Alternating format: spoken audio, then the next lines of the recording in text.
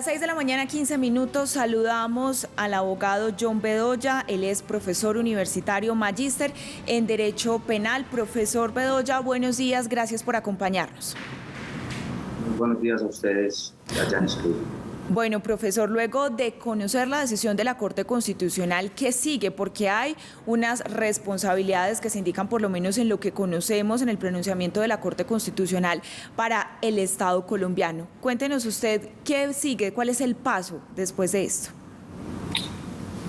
Pues tenemos que esperar definitivamente cuál es el texto definitivo de tal decisión. Entendemos que el sentido de la decisión no es despenalizar completamente el aborto, sino poner un sistema mixto, como ahorita lo estaban presentando ustedes en la anterior nota, y tenemos que esperar cuáles son las razones que tomaron ellos ahora. Los efectos que la decisión tiene efectivamente son inmediatos.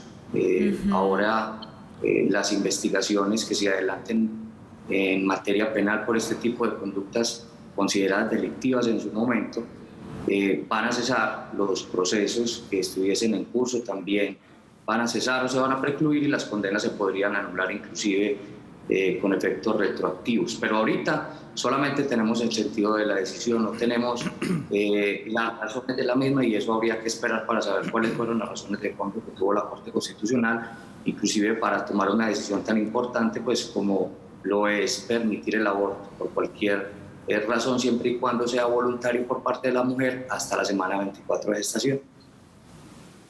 La Corte ha hablado, doctor, con los buenos días, de la modificación del artículo 122, ese artículo que dice o decía así hasta anoche: aborto, la mujer que causare su aborto o permitiere que otro se lo cause incurrirá en prisión de 1 a 3 años.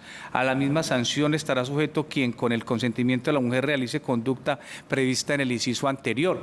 Una de las conclusiones que trae pues lo que hemos conocido es que definitivamente se tendrá que reformar este artículo, y le dan la potestad al Congreso para que reforme en esencia lo que puede pasar a partir de la semana 24.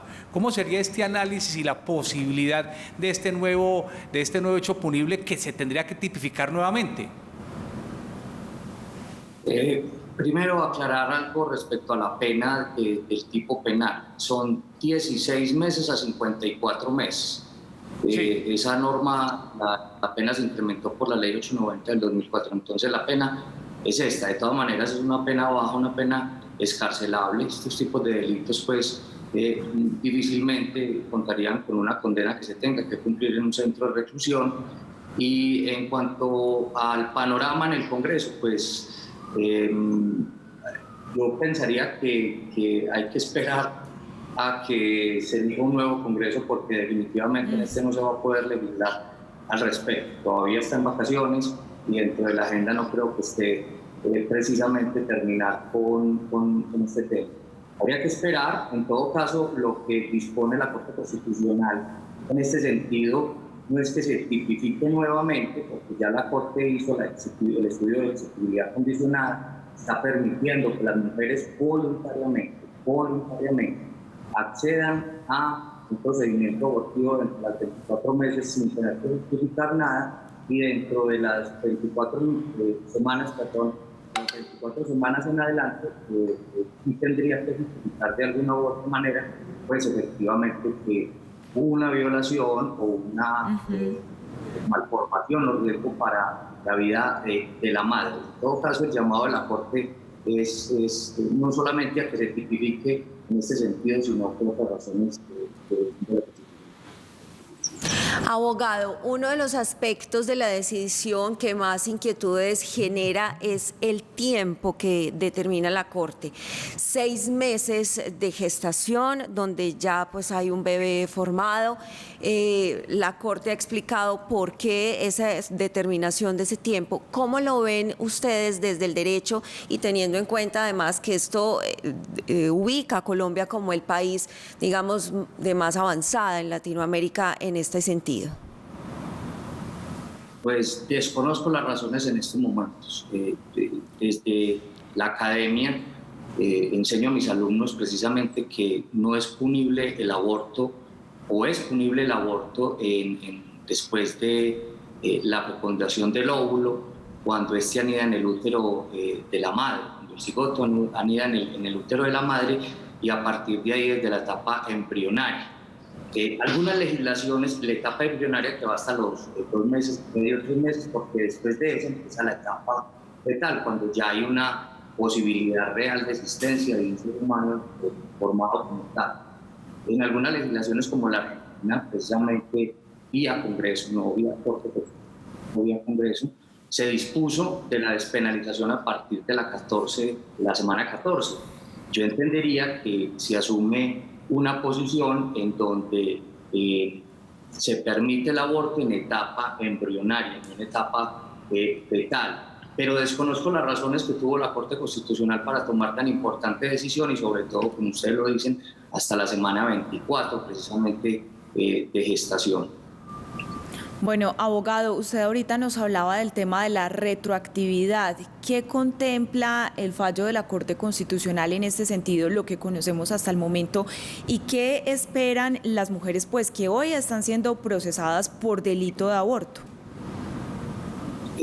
No es que el fallo lo contemple o no creo que lo contemple, es un principio y es el principio de la favorabilidad.